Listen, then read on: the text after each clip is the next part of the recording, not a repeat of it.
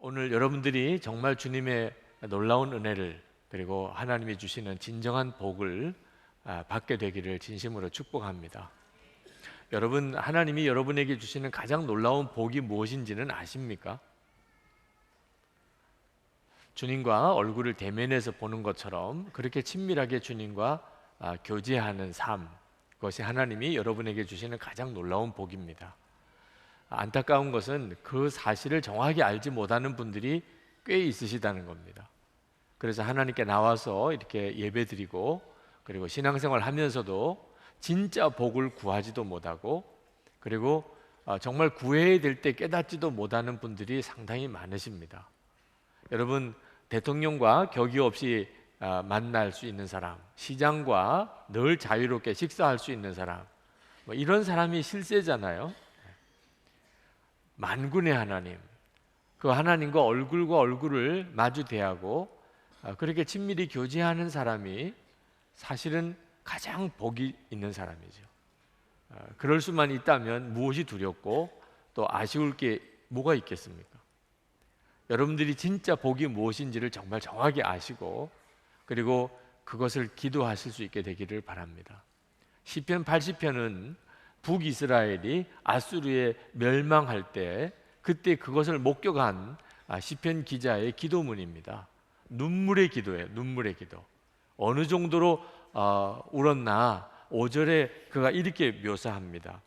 주님께서 그들에게 눈물의 빵을 먹이시고 눈물을 물리도록 마시게 하셨습니다. 얼마나 울었으면 이렇게 표현을 했겠습니까? 그런데 이 시편 80편 기자가 나라가 망하는 이 기가 막힌 상황에서 하나님께 기도하는데 그 기도에 우리가 주목할 구절이 나옵니다.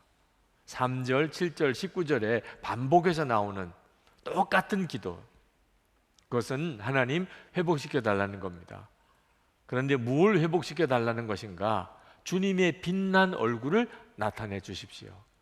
3절만 우리 같이 한번 읽어보겠습니다. 하나님, 우리를 회복시켜 주십시오. 우리가 구원을 받도록 주님의 빛나는 얼굴을 나타내어 주십시오. 시편 기자는 그걸 구합니다. 하나님의 빛나는 얼굴을 나타내 달라는 이야기는 하나님과 놀라운 친밀함 속에 들어가게 해달라는 것입니다. 얼굴과 얼굴을 마주 보는 거죠. 시편 기자가 모든 걸 다 잃어버린 상황에서 나라가 망했습니다. 집도 다 불타고 가족들도 다 죽고 성벽이 다 무너지고 땅 다 잃어버리고 이런 기가 막힌 상황에서 비로소 뭘 진짜 잃어버렸는지를 깨닫게 된 거예요. 그때서야 깨닫게 된 거예요. 하나님의 빛난 얼굴을 우리가 잃어버렸구나. 북이스라엘이 하나님의 율법을 어기고 그리고 선지자를 통해서 하나님이 끊임없이 책망하실 때 선지자를 다 죽였습니다. 그리고는 우상 숭배를 일삼았습니다. 그때 하나님은 얼굴을 돌리셨어요. 그걸 몰랐었죠. 그리고는 시간이 지나고 이렇게 다 무너진 겁니다. 하나님과의 친밀함을 잃어버리고 나면 그러면 시간 문제예요. 다 잃어버리는 것은. 시편 기자가 그걸 그때서 깨달은 겁니다. 그래서 그가 하나님 앞에 나라가 망했을 때 뭘 기도했느냐 하면 하나님의 빛난 얼굴을 우리에게 다시 나타내 보여주십시오. 그럴 수만 있다면 그러면 회복되는 것도 시간 문제니까 하나님의 빛난 얼굴을 우리가 다시 바라볼 수 있게 된다면 그러면 잃어버린 거 다 그 다음에 회복되는 거는 시간이 지나가면 저절로 되는 거니까. 이것이 시편 기자의 간절한 기도였습니다. 민수기 6장에 보면 하나님께서 제사장들에게 이스라엘 백성들에게 축복 기도를 해줄 때 꼭 이 내용으로 기도하라고 아주 정해 주신 말씀이 나옵니다.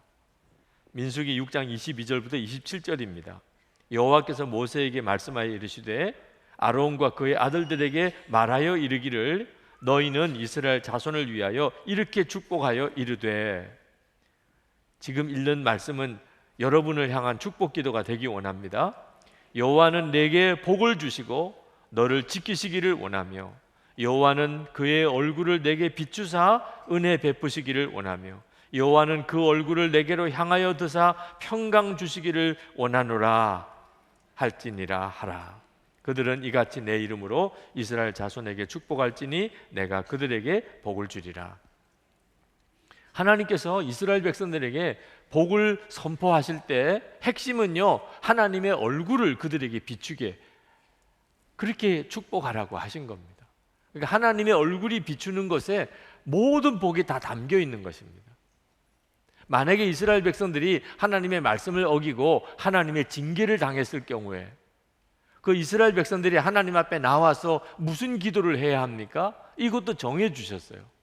하나님의 얼굴을 우리에게 돌이켜 주소서. 하나님의 얼굴을 구하라는 겁니다. 그러면 하나님이 다 돌이켜 주시겠다는 거죠. 이 솔로몬이 성전을 짓고 일천 번제를 하나님께 드린 다음에 하나님이 솔로몬에게 하신 말씀 중에 이 말씀이 또 나옵니다. 역대하 7장 14절, 내 이름으로 일컫는 내 백성이 그들의 악한 길에서 떠나 스스로 낮추고 기도하여 내 얼굴을 찾으면 내가 하늘에서 듣고 그들의 죄를 사하고 그들의 땅을 고칠지라. 그러므로 여러분이 만약에 하나님의 징계를 당한다고 그렇게 느껴지신다면, 그러면 여러분이 무슨 기도해야지요? 주님의 얼굴을 구해야 하는 겁니다. 집을 잃어버렸어요. 건강 잃어버렸어요. 직장 잃어버렸어요. 가족들이 다 깨졌어요. 그때 뭘 기도해야 되는 거죠? 하나님의 얼굴이 나에게 다시 비춰주기를 기도해야 한다는 거예요. 그래야 정확한 기도인 거예요. 여러분이 정말 놓치지 말아야 할 것은 주님의 얼굴을 대면하여 보는 것처럼 주님과 친밀한 삶을 사는 겁니다. 나는 그렇게 살고 있는가? 오늘 이렇게 우리는 하나님을 믿는 사람으로 주일에 교회 와서 예배를 드리지만 주님과 나는 얼굴을 대면해 보는 것처럼 그렇게 친밀한가? 만약에 그렇지 않다면 대단히 두려운 것입니다. 왜냐하면 다 잃어버리는 때가 곧 올 거예요. 주님과의 친밀함을 잃어버리고 났다면, 그러면 우리에게 보장되는 게 아무것도 없습니다.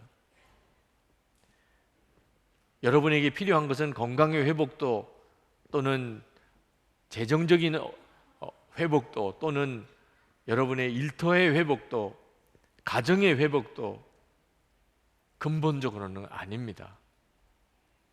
주님과의 친밀함의 회복이 가장 근본입니다. 여기서부터 다시 회복이 시작이 되는 것입니다. 한국교회가 지금 다시 회복해야 될 부흥도 교인 수가 아닙니다. 교인 숫자가 줄어든다는 것 때문에 지금 한국교회가 비상에 걸려 있습니다. 그러나 진짜 한국교회가 잃어버린 것은 교인 숫자가 아니고 하나님과의 친밀함입니다. 하나님과의 친밀함을 회복하는 데서부터 다시 회복과 부흥이 일어나는 것입니다. 그런데 이 시편 기자는 하나님의 빛난 얼굴을 비춰달라고 하나님께 기도하면서 또 하나님께 구하는 것이 있는데, 하나님 돌아와 달라는 겁니다. 하나님 우리에게로 돌아오세요. 2절에 보면 우리를 도우러 와 주십시오. 14절에 만군의 하나님 우리에게 돌아오십시오. 이렇게 기도합니다. 시편 기자는 생각하기를 북이스라엘이 망했을 때 하나님이 이스라엘을 떠나셨다고 생각이 들었던 겁니다. 떠나셨으니까 이런 일이 벌어지죠. 그러니까 시편 기자는 계속해서 하나님께 돌아와 주십시오, 돌아와 주십시오, 그렇게 기도를 하고 있는 겁니다. 그러나 하나님은 이스라엘 백성을 떠나지 않으셨습니다. 하나님은 북이스라엘이 아수르에게 망할 때 하나님은 그것을 같이 그 자리에서 지켜보고 계셨습니다. 하나님이 하신 것은 얼굴을 감추신 겁니다. 하나님이 얼굴을 감추고 나니까 하나님이 안 계신 것처럼 느낀 거지 하나님이 떠나신 게 아닙니다. 우리도 누군가가 고통을 당할 때 그 사람을 위해서 기도하면서 하나님 이 사람에게 와주세요, 하나님 이 사람에게 지금 임재해 주세요, 이렇게 기도할 때가 있습니다. 충분히 그 심정은 이해가 됩니다. 그렇지만 그것은 아주 잘못된 어떤 왜곡된 생각을 우리에게 심어줍니다. 뭐냐면 하나님은 멀리 계시다는, 하나님은 이 사람에게서 멀리 떠나 계시다는 것, 그래서 돌아와 달라는 거죠. 절대 그렇지 않습니다. 하나님은 절대로 우리를 떠나신 적이 없습니다. 언제나 우리와 함께 계십니다. 하나님은 멀리 계시다가 우리가 기도하고 우리가 찬송하면 그러면 하나님께서 이 소리가 어디서 들리는 거지? 그러시다가 우리에게로 찾아오시는 그런 하나님이 아니십니다. 우리와 늘 같이 계셨습니다. 우리가 갑자기 하나님이 함께 계시다는 게 믿어지고 하나님이 우리에게 오셨다고 경험되어지는 일은 그럼 어떻게 되는 겁니까? 눈이 뜨인 것뿐입니다. 눈이 뜨인. 주님은 늘 나와 같이 계셨는데 내가 그 주님을 바라보지 못하고 있다가 주님의 얼굴과 얼굴을 이렇게 맞대면 하지 못하고 살다가 내가 갑자기 눈이 뜨여서 주님이 나와 같이 계신 것을 보게 된 것뿐이죠. 나와 늘 같이 계셨는데 내가 그걸 모르고 살다가 나와 함께 계시는 주님을 내가 바라보는 눈이 뜨인 것뿐입니다. 그것이 주님이 내게 오셨다고 표현하는 것입니다. 하나님은 내가 느끼든지 느끼지 못하든지 우리와 같이 계십니다. 야곱이 형 에서로부터 도망을 치다가 들판에서 잠을 자야 되게 됐습니다. 야곱은 참 서글프기도 하고 두렵기도 했을 겁니다. 그런데 돌판에서 돌베개를 베고 자다가 꿈을 꿨는데 하나님을 만났습니다. 깜짝 놀랐습니다. 그리고 깼습니다. 그때 야곱이 뭐라고 고백했는 줄 아십니까? 창세기 28장 16절에 여호와께서 과연 여기 계시거늘 내가 알지 못하였도다. 이에 두려워하여 이르되 두렵도다 이곳이요 이것은 다름 아닌 하나님의 집이요 이는 하늘의 문이로다. 야곱이 놀란 것은 하나님을 만난 게 아닙니다. 그 자체도 정말 놀라운 일이죠. 그런데 어떻게 이 들판에서 하나님을 만날 수 있냐는 거예요. 이건 상상도 안 되는 일입니다. 어떻게 이 들판에서 여기서 하나님을 만나냐? 어떻게 여기가 하늘의 문이고 여기가 하나님의 집이 될 수 있느냐는 거예요. 여러분, 여러분의 집이 어떤지 모르겠지만 집이 좁고 작고 너무 무덥고 너무 습기도 차고 살기도 너무 불편하지만 어느 날 그 집에서 하나님을 만났다면 그 집은 여러분에게 있어서는 성지가 될 겁니다. 갑자기 집이 달리 느껴질 거예요. 여러분의 직장생활, 여러분이 일하는 일터가 어떤지 모르지만 너무 힘들기만 하고 짜증만 나고 그러던 직장인데 거기서 하나님을 만났습니다. 그러면 갑자기 여러분의 사무실과 일터가 전혀 다르게 느껴지게 될 것입니다. 야곱이 꼭 그와 같은 경험을 한 겁니다. 어떻게 하나님이 여기서 나를 만나 주실 수 있지? 모세가 미디안에서 40년 동안 양을 쳤습니다. 미디안 광야는 모래바람 이는 황량한 벌판이지만 거기서 40년 동안 양을 치다 보면 그러면 목자에게는 길이 환히 보입니다. 들판이 다 똑같은 들판이 아니고 거기에 길이 있다는 게 보입니다. 양떼를 이끌고 여기를 가면 먹을 게 있고 저기를 가면 물이 있고 목자가 그래서 그 40년 미디안 광야길을 양떼들을 먹이는 거죠. 그날도 이 모세는 양떼들을 이끌고 미디안의 광야길을 지나가고 있었습니다. 그런데 갑자기 그 길 옆에 있는 덤불 나무에서 불이 붙었습니다. 그리고 거기서 하나님을 만났습니다. 하나님의 음성을 들었습니다. 그리고는 그 하나님께서 신을 벗어라 내가 선 곳은 거룩한 땅이라. 모세는 충격을 받았습니다. 아니 어떻게 이 미디안 들판이 거룩한 곳이 될 수 있냐?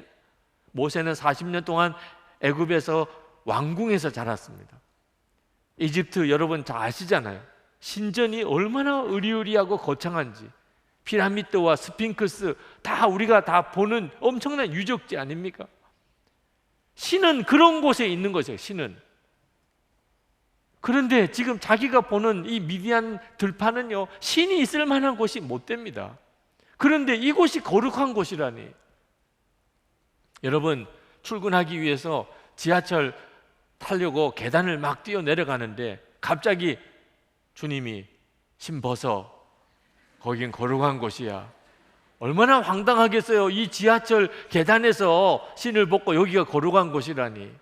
여러분 장 보러 가는데 골목길에서 갑자기 주님이 신 벗어 여기가 거룩한 곳이야. 꼭 그런 상황인 거죠. 이건 말도 안 되는 거죠. 거룩한 곳, 하나님을 만나는 곳은 이런 예배당이죠.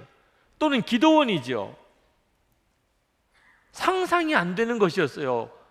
어떻게 지하철 타고 타러 내려가다가 어떻게 시장 보러 가는 길에 여기서 내가 하나님을 만날 수 있나? 성경은 일관되게 우리에게 말씀합니다. 하나님은 사람이 만든 어떤 거룩한 곳에 계시지 않습니다.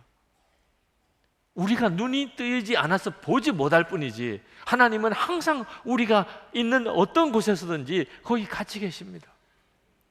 그 눈이 열리기만 하나님이 원하시는 거죠. 그게 바로 하나님의 얼굴을 보는 것입니다.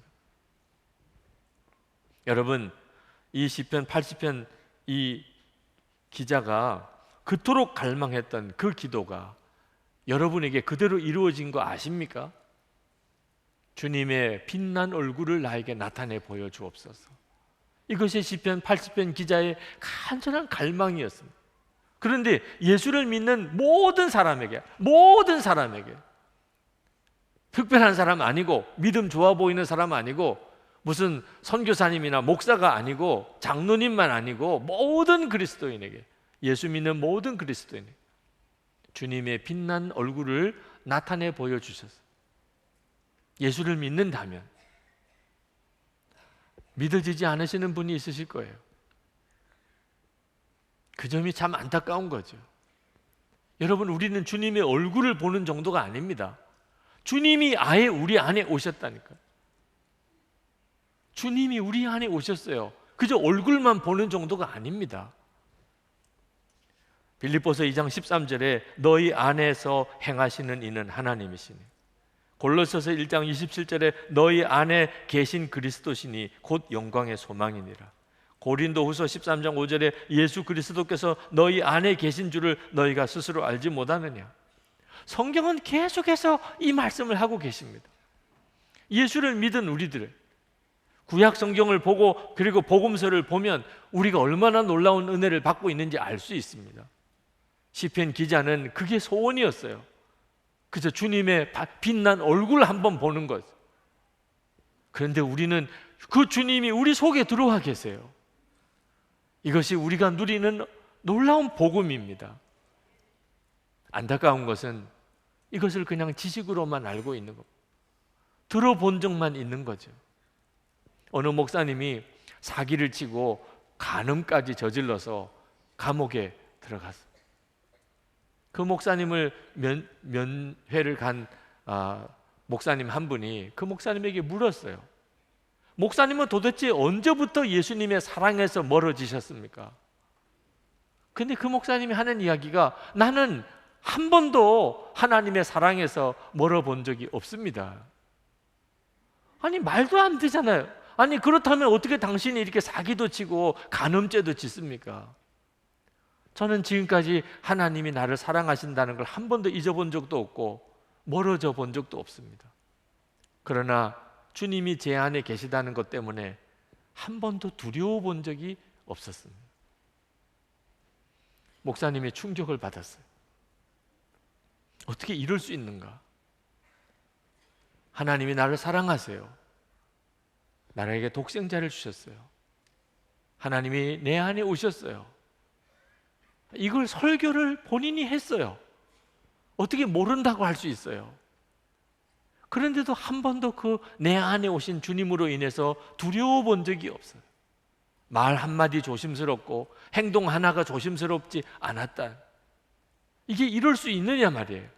그게 지금 현재 우리들의 문제예요.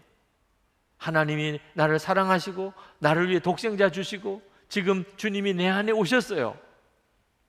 그런데도 나는 말하는 것과 행동하는데 두려움이 없어요. 여러분, 교리 지식으로 아는 한계예요. 성경 지식으로만 알면 이 복음은 아무 능력이 없어요. 주님의 얼굴에 빛난 그 얼굴이 나에게 나타났다. 이것은 눈이 열린 거예요. 이제는 진짜 믿어지게 된 거예요. 이때부터 우리의 삶에 복음의 능력이 나타나는 것입니다. 여러분, 우리가 하나님 앞에 정말 찬양할 것은 하나님의 위대하심만 아닙니다. 하나님은 정말 위대하시죠. 우리가 진짜 하나님께 찬양할 것은요, 그 하나님이 내 안에 오셨다는 거예요. 여러분, 하나님이 위대하시다고 하는 것에 대해서 아마 다 동의하실 거예요. 한 사람도 아마 아닌 사람 있을까요? 그런데 그 하나님이 내 안에 오셨다는 것에 대해서는 아마 많이 갈라질 거예요. 여러분, 진짜 하나님이 여러분에게 주시는 복, 그 위대하신 그 하나님이 내 안에 오신 거예요. 그저 얼굴만 비춰주는 정도가 아니고 내 안에 오신 거예요. 이거야말로 진짜 복이에요. 홍정길 목사님께서 너무 자기가 늦게 깨달으신 게 있다고, 그래서 안타깝다고 말씀을 하신 적이 있었습니다. 목사님, 무엇을 그렇게 늦게 깨달으셨냐고. 그랬더니 목사님 말씀하시는 것이 웨스트민스터 소요리 문답의 첫 번째 질문이 사람의 제일 되는 목적이 무엇인가? 답이 뭐냐면 사람의 제일 되는 목적은 하나님을 영화롭게 하는 것이고 영원토록 그를 즐거워하는 것이다.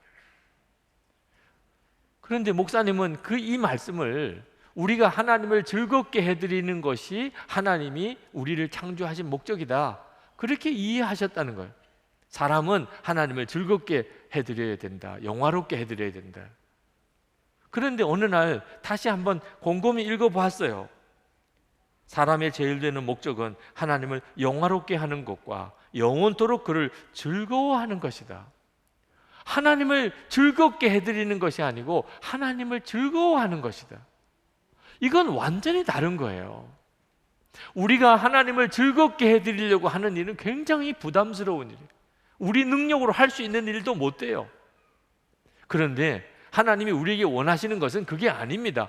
하나님을 즐겁게 해달라고 하시는 게 아니에요. 하나님을 즐거워하라, 나를 즐거워하라, 하나님을 즐기는 거예요. 이것이 우리를 창조하신 목적이에요. 이걸 너무 늦게 깨달으셨다는 겁니다. 여러분, 우리가 하나님을 즐거워할 때 하나님이 즐거워하시는 거예요. 우리가 즐거워하는 것을 보면서 그것이 하나님이 즐거우신 거예요. 그리고 우리 삶이 바뀌는 겁니다. 하나님을 즐겁게 해드리려고 하는 게 아니고 즐거워하면서 하나님.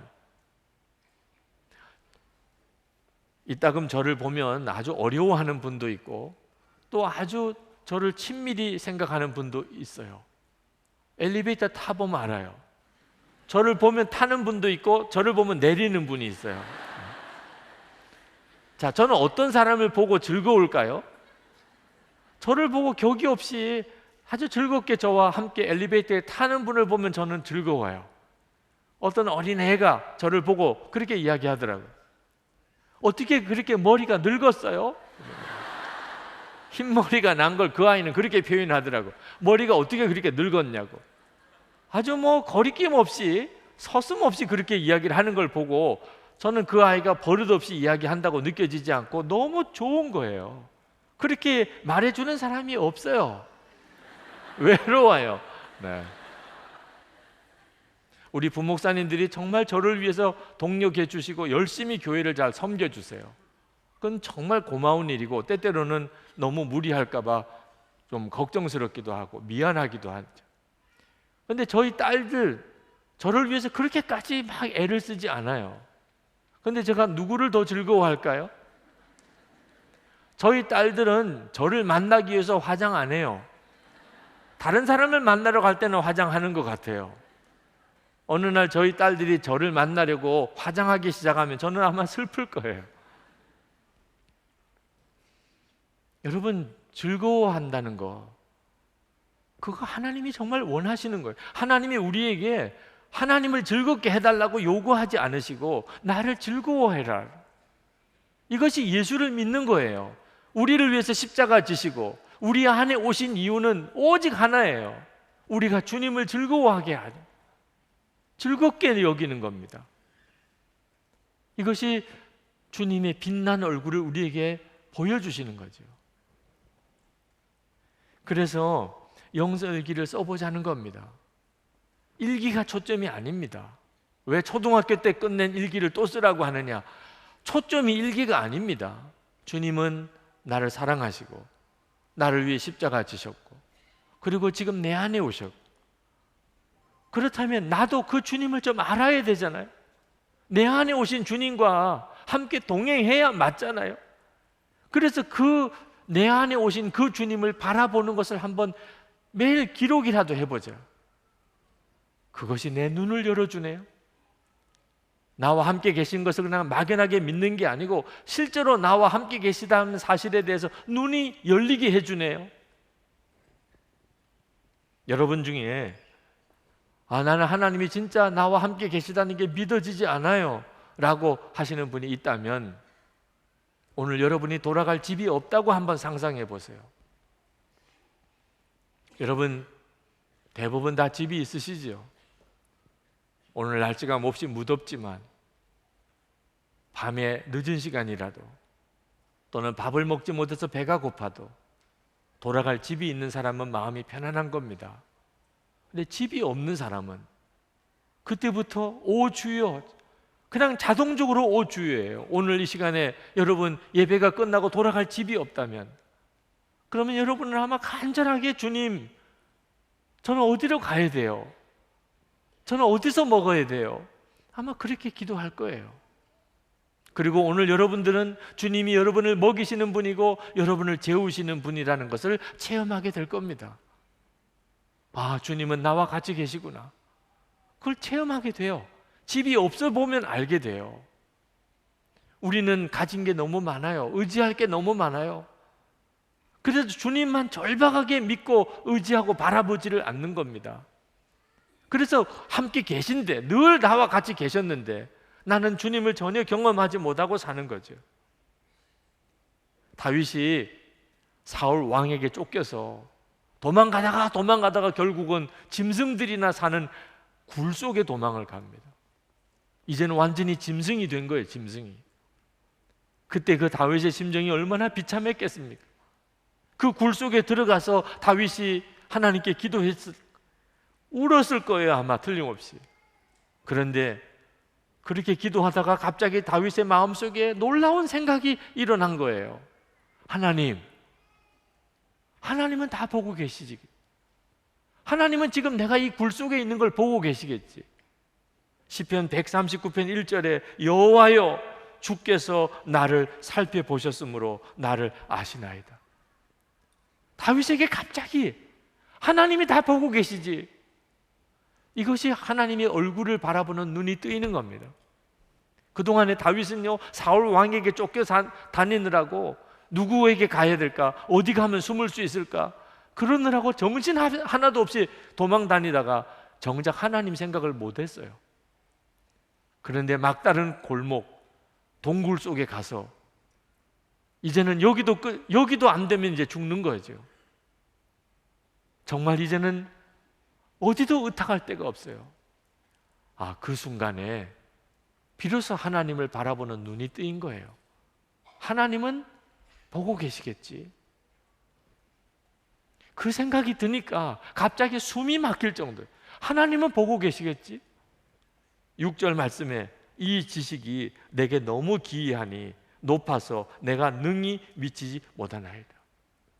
한동안 숨이 막힐 정도로 그렇게 다윗이 마음이 그냥 전율을 하는 거예요. 그리고 그가 고백합니다. 7절부터 내가 주의 영을 떠나 어디로 가며 주의 앞에서 어디로 피하리까? 내가 하늘에 올라갈지라도 거기 계시며 수월에 내 자리를 펼지라도 거기 계시니이다. 내가 새벽 날개를 치며 바다 끝에 가서 거주할지라도 거기서도 주의 손이 나를 인도하시며 주의 오른손이 나를 붙드시리이다. 내가 비록 이 동굴 속에 이렇게 돌아왔지만 하나님의 인도하심이구나. 하나님이 인도하신 거구나. 그때 이 다윗의 마음속에 내가 짐승처럼 이렇게 동굴에서 살아야 된단 말이야? 이런 생각이 없어졌어요. 여기가 하나님이 나를 인도하신 것이구나. 하나님이 나를 보고 계시는구나. 그래서 다윗은 그 동굴에서 잘 살았어요. 마음 정리가 됐어요. 여기서 살라고 하시면 여기서 사는 거지 뭐. 그 아둘람 굴이 다윗 왕국의 모체가 됩니다. 사람들이 그 아둘람 굴 속에 있는 다윗을 찾아 물어 모이기 시작한. 다윗이 마음 정리가 되니까 어떻게 마음 정리가 됐죠? 하나님을 바라보는 눈이 뜨인 거예요. 한 남자 성도가 아내가 세상을 떠나서 장례를 치렀습니다. 그런데 딸이 또 죽을 병에 들었어요. 너무너무 어려운 일이 겹쳐 일어났습니다. 모아둔 돈은 다 탕진했습니다. 병원비로 다 없어졌어요. 그분이 그런 상황에서 하나님을 만났습니다. 그리고 이렇게 고백했어요. 예수님 밖에는 나에게 아무것도 남지 않았게 되었을 때 비로소 나는 예수님이 내 삶의 전부라는 사실을 깨닫게 됐습니다. 왜 이걸 다 늦게 깨닫나 몰라요. 나에게 예수님 외에는 아무것도 남지 않게 되었을 때 비로소 내게 예수님이 나의 삶의 전부라는 사실을 깨달았다. 그분이 다시 일어나는 계기예요. 어느 목사님이 미국에 유학을 갔습니다. 공부를 다 마치고 한국에 돌아와야 되겠는데 한국에 목회할 교회가 없어요. 불러주는 데가 없어요. 한국에 돌아가야 될지 미국에 그냥 남아야 될지 너무너무 두려웠습니다. 하나님의 뜻이 무엇인지 도무지 알 수가 없었어요. 어느 목사님에게 그 어려운 사정을 이야기를 드렸습니다. 그때 그 목사님께서 이런 이야기 하셨어요. 하나님은 목사님이 한국에 갈지 미국에 있을지 아무 관심이 없으실 겁니다. 갑자기 반발심이 생겼어요. 무슨 그런 말씀을 하십니까? 하나님이 한국에 가라 그러면 가는 거고 미국에 있으라 그러면 있는 거죠. 저는 하나님의 뜻대로 하고 싶은데요. 그때 그 목사님이 이야기하셨어요. 하나님의 관심은 목사님이 정말 마음에 예수님이 와 계신 것 믿고 그 주님을 정말 사랑하고 그 주님께 완전히 순종하는가. 하나님의 관심은 오직 그거 하나밖에 없을 거예요. 만약에 목사님이 예수님이 마음에 계신 것을 진짜 믿고 그 주님을 사랑하고 그 주님께 순종하는 사람이라면 아무 문제가 될 게 없어요. 한국에 가든 미국에 있든. 그 목사님이 그 말씀을 듣고 깊이 기도했습니다. 주님, 제 안에 계시지요. 저는 주님 사랑합니다. 저는 주님께만 순종할 거예요. 그런데 그 기도를 드리고 갑자기 모든 문제가 다 없어져 버린 것 같았어요. 미국에 있어도 한국에 가도 문제가 될 게 아무것도 없어요. 주님이 내 안에 계시고 내가 주님을 사랑하고 나는 주님께만 순종할 거예요. 그리고는 짐 정리하고 한국에 오셨어요. 여러분 중에 지금 도대체 내 인생은 어떻게 될까? 절망하시는 분이 있으십니까? 여러분에게 필요한 회복은요, 주님의 빛난 얼굴을 바라보는 것입니다. 그리고 그 주님은 이미 여러분 안에 와 계세요. 여러분에게 빛난 얼굴을 열어 보여주시는 일이 조금도 어렵지 않으세요. 이미 여러분 안에 계신 주님입니다. 여러분이 정말 오늘도 내가 갈 집이 없다고 이런 심정으로 여러분이 주님을 바라보는 것이 열쇠입니다. 주님과 친밀한 눈이 열리는, 이제는 정말 주님과 동행하는 삶을 사는 것이 여러분도 사는 길이고 여러분의 가족이 사는 길이고 그리고 이 땅에 하나님의 나라가 이루어지는 열쇠입니다. 찬송을 같이 부르고 싶은 것이 있습니다. 주 안에 있는 나에게, 다 잘 아는 찬송이지만 한번 오늘 이 찬송을 불러보고 싶습니다. 주 안에 있는 나에게 딴 근심 있으랴, 십자가 밑에 나아가 내 짐을 풀었네. 여러분이 정말 오늘 예수님 그분으로 여러분의 무거운 짐이 다 풀어지게 되기를 원합니다. 그리고 주님을 찬송하면서 할렐루야 할렐루야, 앞길이 멀고 험해도 나 주님만 따라가리라 고백하실 수 있게 되기 바랍니다.